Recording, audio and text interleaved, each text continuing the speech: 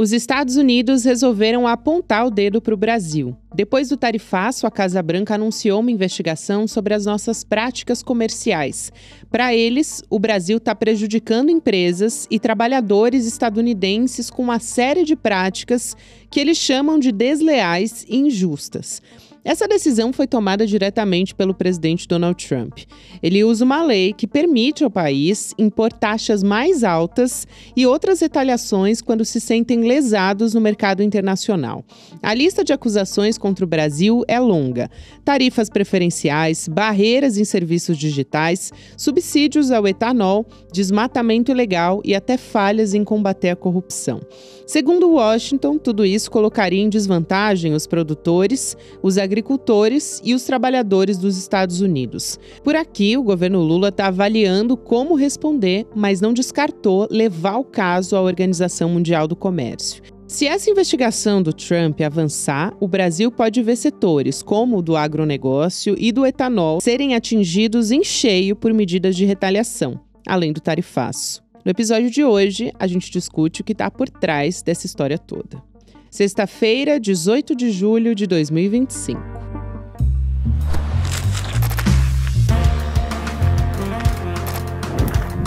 Sou a Gabriela Varela, esse é o podcast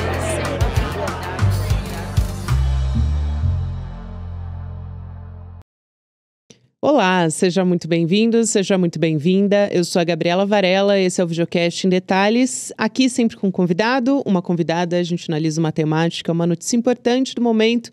Hoje eu vou conversar com a economista Carla Beni. Professora, é um prazer te receber aqui. Já queria te trazer há algum tempo, eu te contei nos bastidores, então é um prazer. Obrigada por aceitar nosso convite. Obrigada, Gabriela. Eu fiquei muito honrada de saber que você já queria conversar comigo há um tempo. Obrigada mesmo. Bom, e eu acho que uma outra etapa, vamos dizer assim, desse ataque do presidente dos Estados Unidos contra o Brasil. Então, a gente está falando de uma ofensiva nova. O que está por trás, professora, para a gente começar essa conversa? Depois a gente pode destrinchar aqui alguns tópicos principais, alguns parecem não ter pé nem cabeça. Teve gente que olhou e falou, gente, mas é 25 de março, tá nessa história? Como é que é isso? Enfim, mas olhando de uma maneira geral, o que a gente pode entender desse pedido de Donald Trump, do governo dos Estados Unidos, abrir uma investigação comercial contra o Brasil? Olha, Gabriela, eu tenho me debruçado muito em cima desse tema, né? Esses primeiros meses agora do governo Trump, eles são um turbilhão. Se a gente disser exatamente que sabe o que está por trás, eu acho isso muito difícil e até arriscado. A gente procura ir pensando aos poucos e tentando encaixar quase como um Lego, porque nós temos várias, digamos assim, é como se fosse uma massa folhada, sabe? Se a gente ficar olhando só por cima, a gente vai pegar os fatores políticos, por exemplo, mesmo na carta do Trump. Vamos pegar a carta dele. Os 2 primeiros parágrafos, ele vai falar do ex-presidente, que me parece muito ter sido usado como um espantalho aí no meio do caminho para deixar no subliminar o que realmente importa. Quais são os grupos que financiaram a campanha, as big techs. Então, querer atacar a estrutura possível de regulação das redes no Brasil, o Brasil é um país gigantesco, são 220 milhões de habitantes, o brasileiro usa as redes sociais assim de uma forma quase que compulsiva. Isso é uma lucratividade gigantesca para as big techs. A regulamentação, Gabriela, ela implica na redução justamente dessa lucratividade, porque o algoritmo te empurra o quê? O impacto, te empurra o pânico, é ele que gera esse giro e essa rentabilidade. Então, para a gente começar a conversar aqui, eu vou abrir a minha sinceridade com você e dizer para você que eu tenho pensado muito a esse respeito e tentando fazer raciocínios mais pausados, porque às vezes me parece que nem o Trump sabe muito bem onde ele quer chegar. Exatamente, mas algumas pistas a gente tem, acho que a gente pode ir para a mais importante delas, ou a que mais nos impactou, que mais gerou burburinho, que até gerou uma resposta pronta do governo brasileiro pelas redes sociais. Também teve uma carta que foi elaborada pelo vice-presidente brasileiro, Geraldo Alckmin, para os Estados Unidos, apontando num caminho de negociação. E teve um post nas redes sociais que foi uma brincadeira ali, muito bem-humorada, mas acho que acertou no tom também, né, professora? Dizendo que o Pix é nosso, my friend, que não deixa de ser uma estratégia de comunicação para você mostrar para a sociedade o que está acontecendo e também reafirmar a soberania brasileira. Mas, para a gente entender o que o Donald Trump, ou o governo estadunidense, na verdade, está querendo atacar quando ele está ali alfinetando o nosso Pix, né? É a implementação do WhatsApp Pay. No fim das contas, defendendo, então, mais uma vez, o interesse da Meta, do Vale do Silício, no fim das contas, né? Sim, no fim das contas, é isso daí que acaba importando. Tem uma matéria espetacular que o Banco Central faz de tempos em tempos, e a última que ele fez agora foi no final do ano passado, que chama O Brasileiro e Sua Relação com o Dinheiro. Eu uso partes dessa pesquisa até nas minhas aulas. E lá, quando você olha o gráfico de utilização do Pix, que começou em 2020, ele é um gráfico assim de utilização, e você pega os cartões, principalmente de débito, eles estão caindo muito. Então aqui entra Amex, Mastercard, Visa, essa redução de utilização dos cartões sobre essa possibilidade do débito, e também com o Pix parcelado, você também vai diminuir até o crédito. Isso daí também é queda de receita para essas empresas que têm suas matrizes nos Estados Unidos. Então, esse é um outro ponto que eu queria deixar aqui destacado com você, e eu não posso me furtar que essa campanha que o governo fez, como você bem falou, eles acertaram no tom e eles conseguiram fazer um negócio interessantíssimo, que é resgatar algumas palavras como pátria, Brasil, país, soberania, que estavam muito sequestradas pela extrema-direita. Agora, na prática, a gente elencou aqui os principais, né, os alvos de investigação dos Estados Unidos. É um procedimento que é burocrático. Eu vi o professor James Green, que inclusive já foi aqui entrevistado no Em Detalhes algumas vezes. Ele é presidente do Washington Brasil Office e também é professor titular emérito da Brown University. E ele falou o que essa investigação comercial representa, que é mais significativa do que, por exemplo, ser alvo do tarifaço de 50% do Donald Trump. Então, ele diz, isso implica num procedimento que pode ser mais difícil de tirar o Brasil desse lugar, né? Já foi iniciado, então, um processo que vai levar vários meses e que pode decidir, a partir dessa justificativa, dessa investigação, que as tarifas são justificáveis contra o Brasil, e aí ele diz que isso seria um desastre. Eu queria o seu olhar, a sua análise a respeito disso, se você concorda, professora, e também se pode ser uma maneira, porque essa apuração, pelo que eu estava lendo, pode levar ali até 18 meses. Pode ser, de certa forma, uma maneira de atrasar o tarifaço de 50% ou não?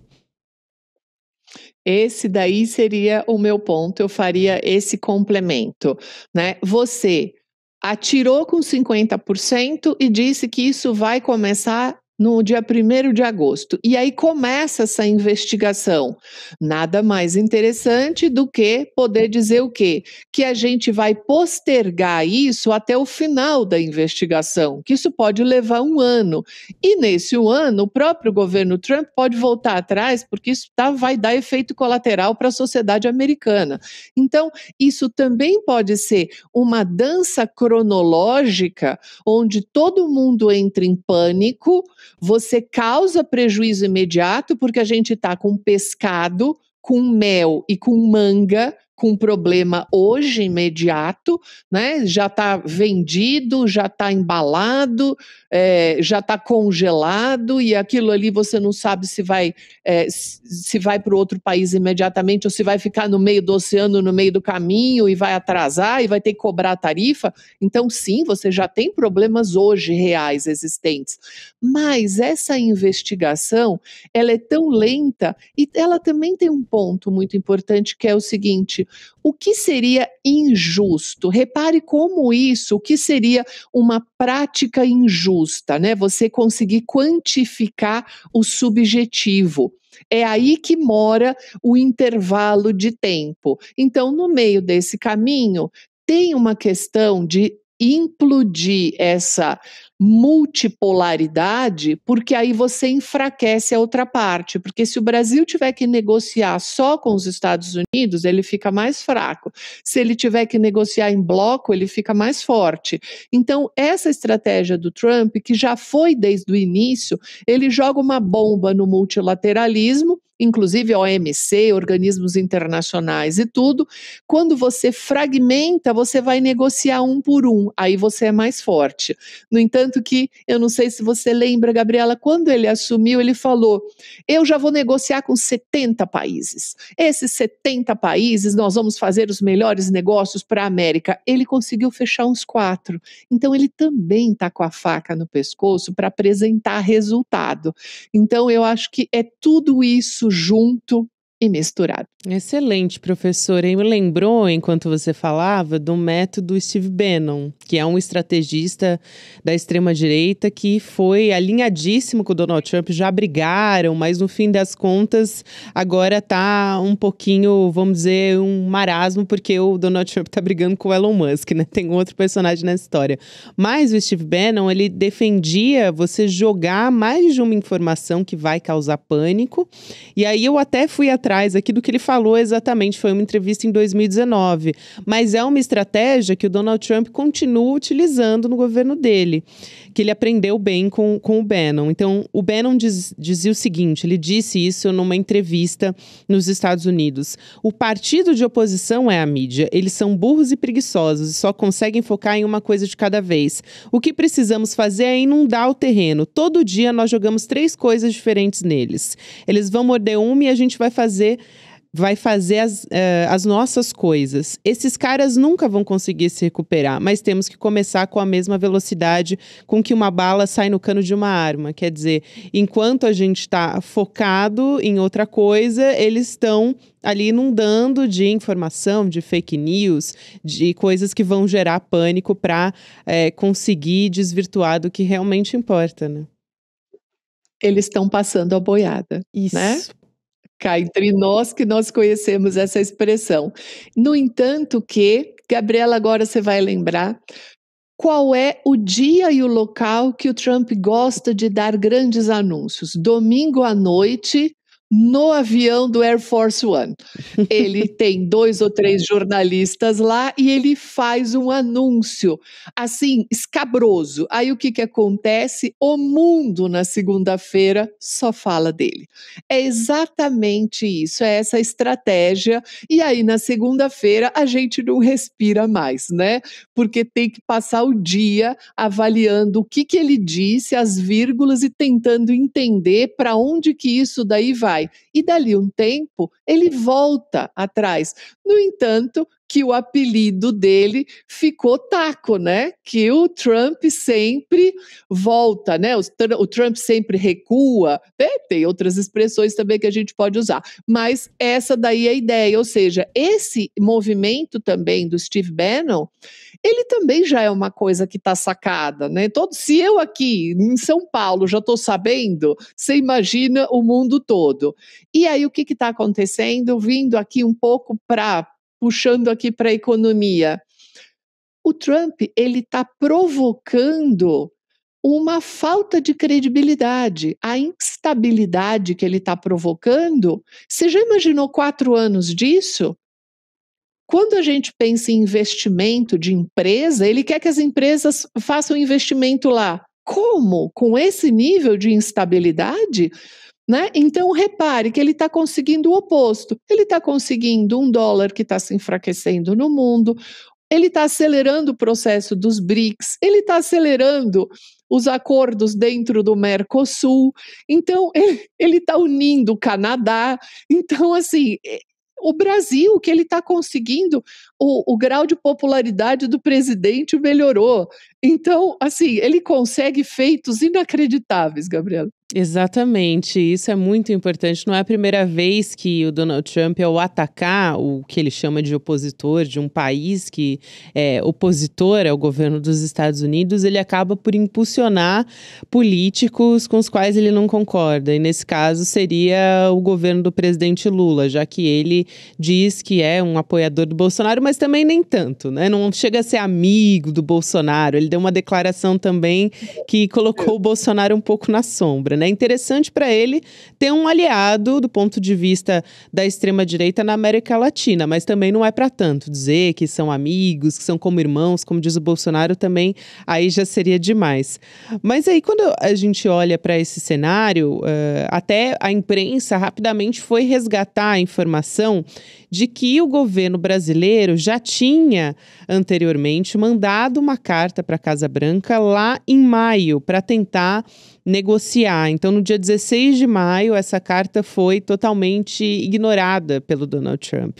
E ontem, o governo brasileiro mandou uma nova, e aí é mais uma resposta a essa taxação de 50%. Então, a chance de repente, conseguir uma negociação, ainda que o cenário seja pior do ponto de vista do ataque dos Estados Unidos, mas, no fim das contas, como você bem observou, né, professora, o governo Lula está acolhendo uma popularidade melhor, até uma comparação com o governo Bolsonaro, quando pega essas pesquisas para mostrar, do ponto de vista da política internacional, qual é o melhor governo, e o presidente Lula tem tomado ações melhores, isso de acordo com as pessoas que estão respondendo a essa pesquisa. Então, olhando para esse copo meio cheio também.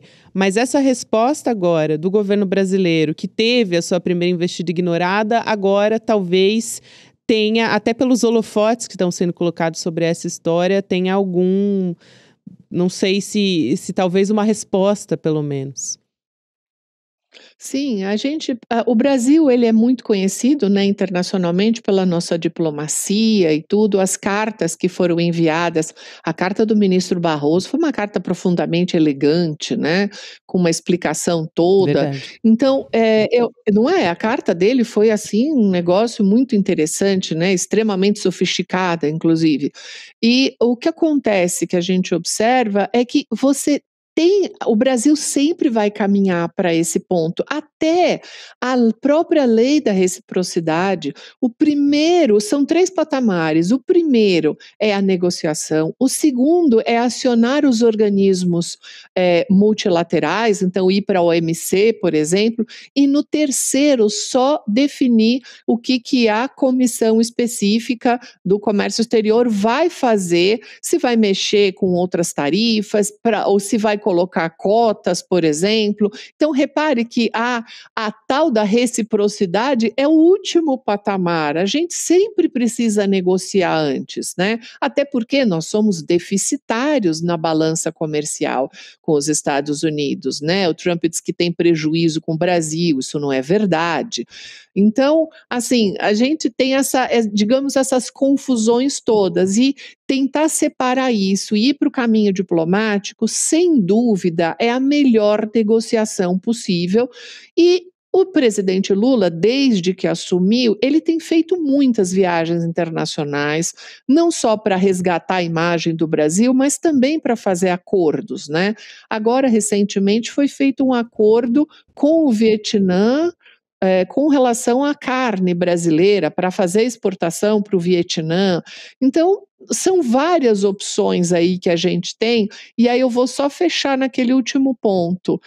O Brasil precisa aprender, ou seja, os empresários exportadores precisam aprender que o governo americano atualmente não é confiável, que eles precisam seriamente buscar novos parceiros, porque não se sabe o que teremos nesses 4 anos de governo Trump.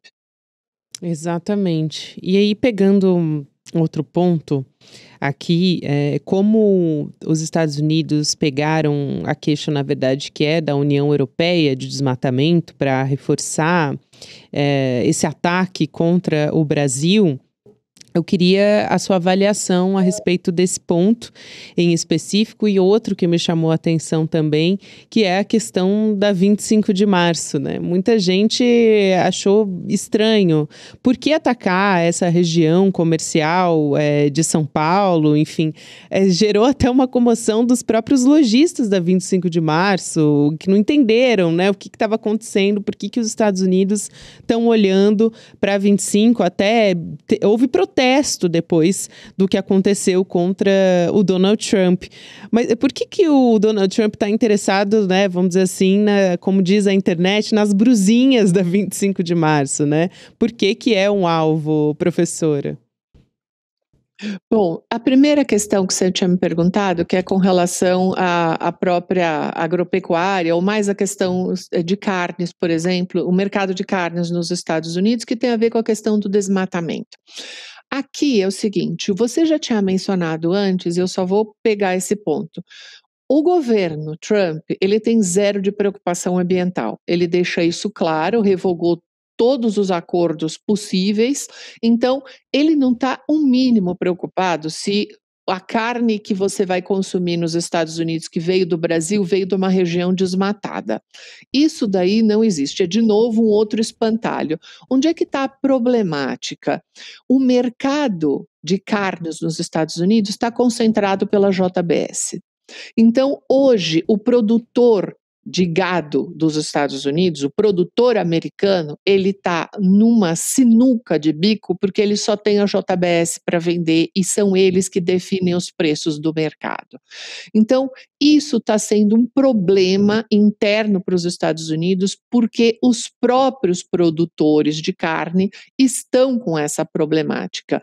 Aliás, de novo, vou voltar lá na discussão que eu já mencionei aqui do ICL em outro dia, naquele seriado do Yellowstone. Tem um capítulo específico onde eles falam, a gente não tem mais para quem vender aqui, só existe essa empresa brasileira para comprar o nosso gado.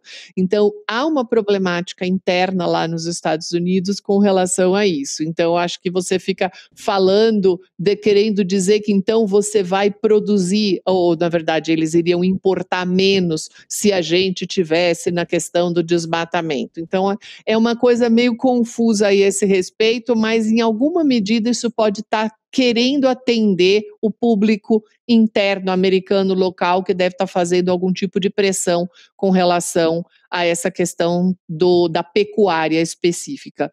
E a 25 de março, né? Que coisa maravilhosa! É que não existe nenhum local nos Estados Unidos que tenha falsificação. Não existe. Esqueceu do Saara no Rio de Janeiro também, né? Falaram da 25 de março, tem o Saara no Rio. Né?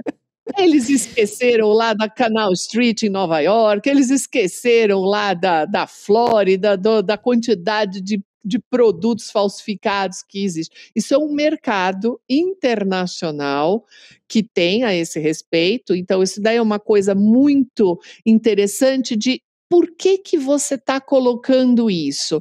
Está querendo dizer que nós temos um problema de corrupção interna? Então, como a gente não consegue combater esse tipo de contrabando, porque a gente tem corrupção no país, né? Então, como a gente continua tendo uma 25 de março, então isso seria uma prova cabal de que o Brasil é um país corrupto. Então, isso daí seria algo que isso daí dificultaria um comércio internacional, porque o país seria corrupto.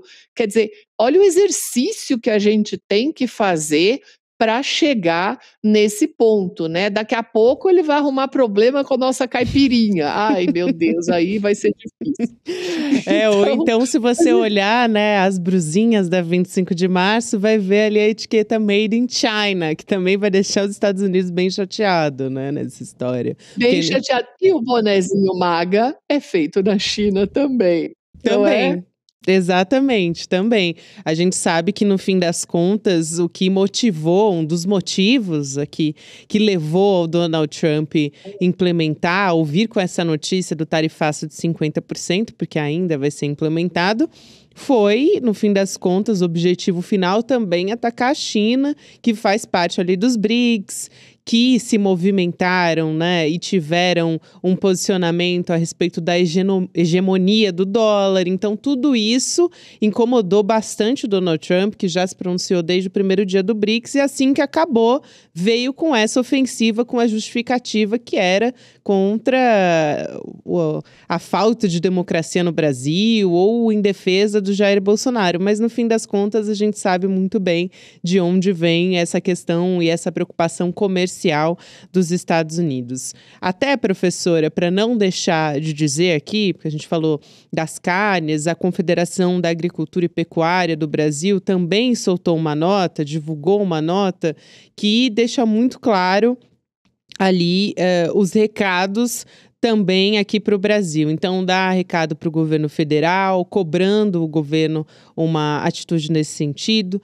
Dá recado também para o Supremo Tribunal Federal, no começo da nota, para não se falar mais em anistia. Enfim, eu acho interessante como numa nota, ali nas sutilezas, mas já no primeiro parágrafo deixa muito claro o que a CNA está preocupada, né? A gente falou muito aqui de como a movimentação foi rápida, até por parte do governador de São Paulo, que inicialmente estava defendendo o tarifaço, mas foi rapidamente sair em defesa da indústria e do agronegócio, porque sabia que seria impactado lá na ponta em 2026, né? Então, todo mundo olhando para isso.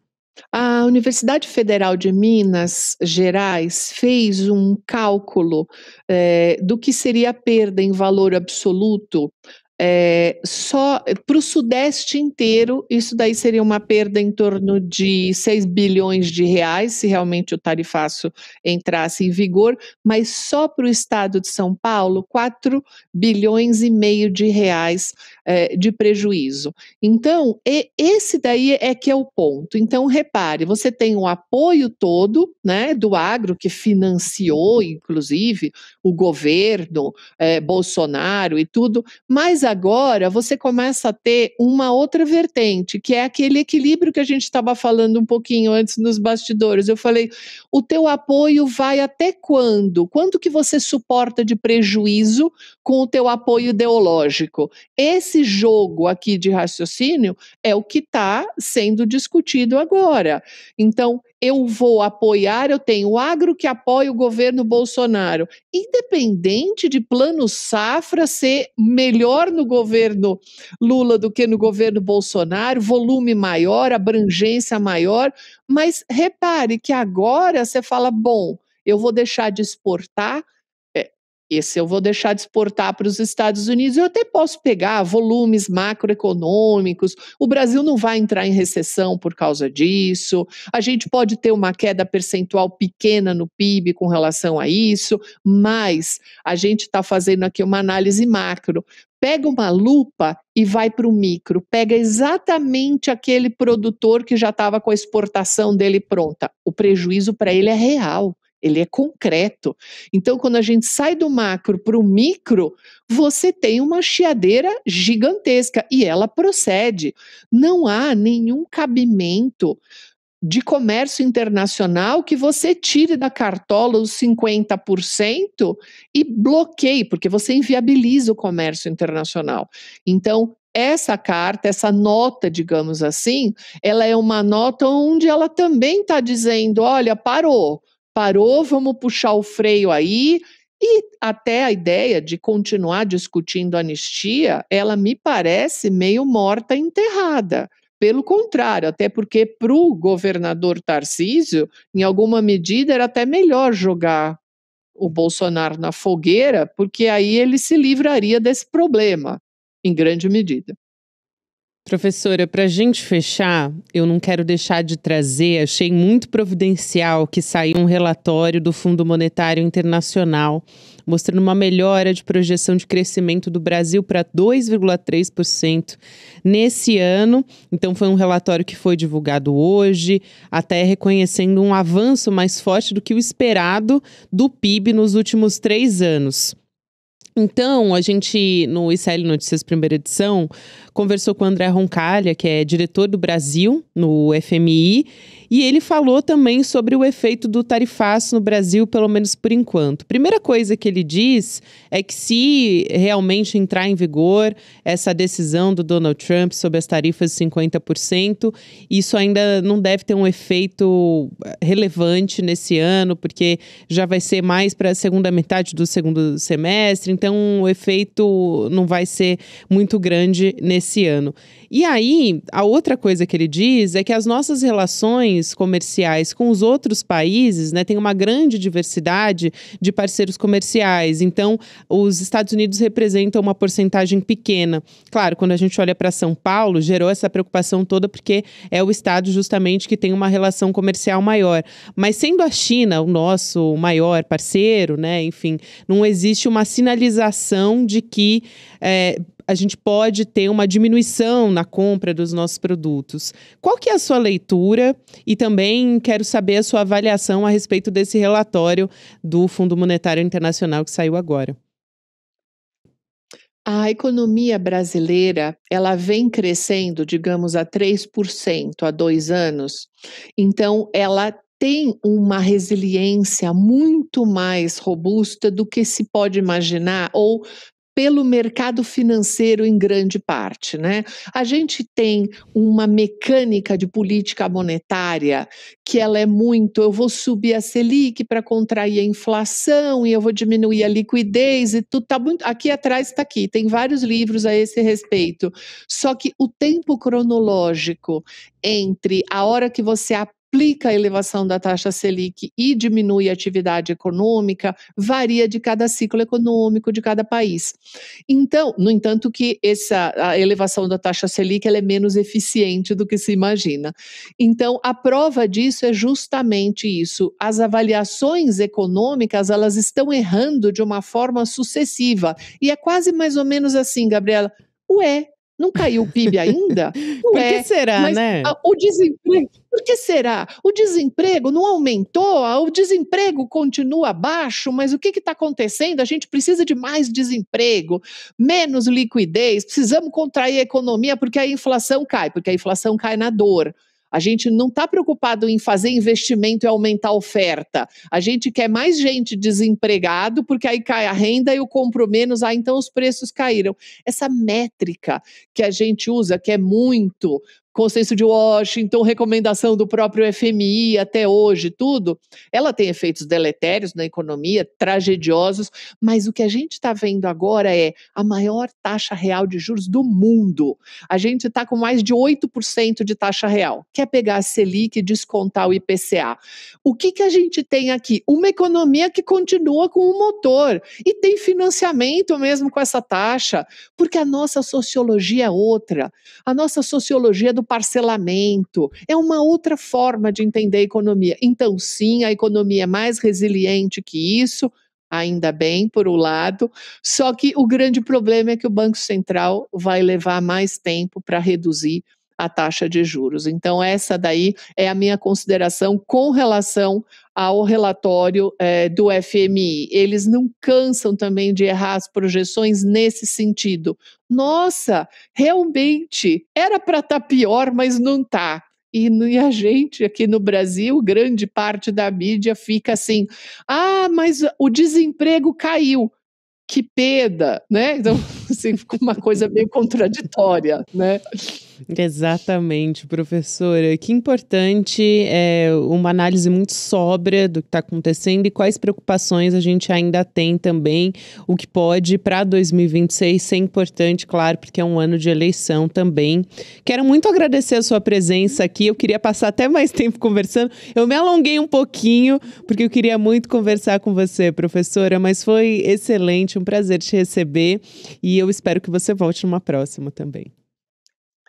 Muito obrigada, Gabriela. É um prazer estar aqui com vocês E é só me chamar que eu volto. Combinadíssimo, então. Até a próxima. Professora Carla Bene aqui conversando com a gente, economista e dando a real, um olhar aqui sobre os últimos acontecimentos em decorrência da taxação de 50% do Donald Trump e também esse pedido de investigação. Quero te convidar também para o dia 27 de julho vir com a gente às 8 horas da noite. Vai ser um domingo em que a gente vai apresentar as novidades do nosso ICL Eterno. Para você que assiste o N1 e o N2, a gente até abriu uma caixinha ali que dá alguns spoilers. Se você for juntando, vou te dar essa dica também, hein? Se você for olhando para toda a nossa programação, que abriu a caixinha ali com os spoilers, você pode, de repente, montar um quebra-cabeça e conseguir chegar numa suposição do que a gente vai anunciar. Uma das coisas, né? Porque a gente vai anunciar um pacote que tem jornalismo, educação, entretenimento também, em todas as nossas áreas aqui do ICL. Então, a gente está muito feliz que esse evento vai acontecer no fim do mês, no dia 27. Eu quero te convidar para se inscrever a partir do Em Detalhes. Você vai em detalhesicl.com.br, deixa o seu e-mail lá que a gente te avise e você também apoia o nosso programa. Obrigada, você que me acompanhou até aqui. Agora tem o Mercado Investimentos, na sequência o Rolê ICL. E você pode ouvir o Em Detalhes em qualquer momento do seu dia, de segunda a sexta-feira. A gente está com novidade. Obrigada, até semana que vem. Dia 27 de julho, eu vou anunciar para vocês o novo e revolucionário capítulo do ICL. As universidades vão entrar em pânico. As empresas de streaming vão perder o sono. As empresas de educação não vão saber o que fazer. E o povo brasileiro vai celebrar de alegria, porque vem aí o projeto mais revolucionário que já foi apresentado até hoje no campo da educação, jornalismo e entretenimento. Vocês não podem perder esse anúncio. Você e sua família vão poder eternamente fazer parte desse novo ICL. Olha só, eu aqui no reino dos livros. Há mais de 150 anos, o poeta Castro Alves recomendava: bendito que semeia livros, livros a mancheia. O livro caindo na alma é germe que faz a palma, é chuva que faz o mar. O mar do conhecimento, o conhecimento que liberta. ICL, Instituto Conhecimento Liberta. E agora a gente tem uma lojinha de livros para você. Livros à mancheia, livros de alta qualidade que te ajudam a pensar. Venha buscar os nossos livros agora, abrindo a nossa lojinha de livros, souicl.com.br. Vamos pegar os livros à mancheia.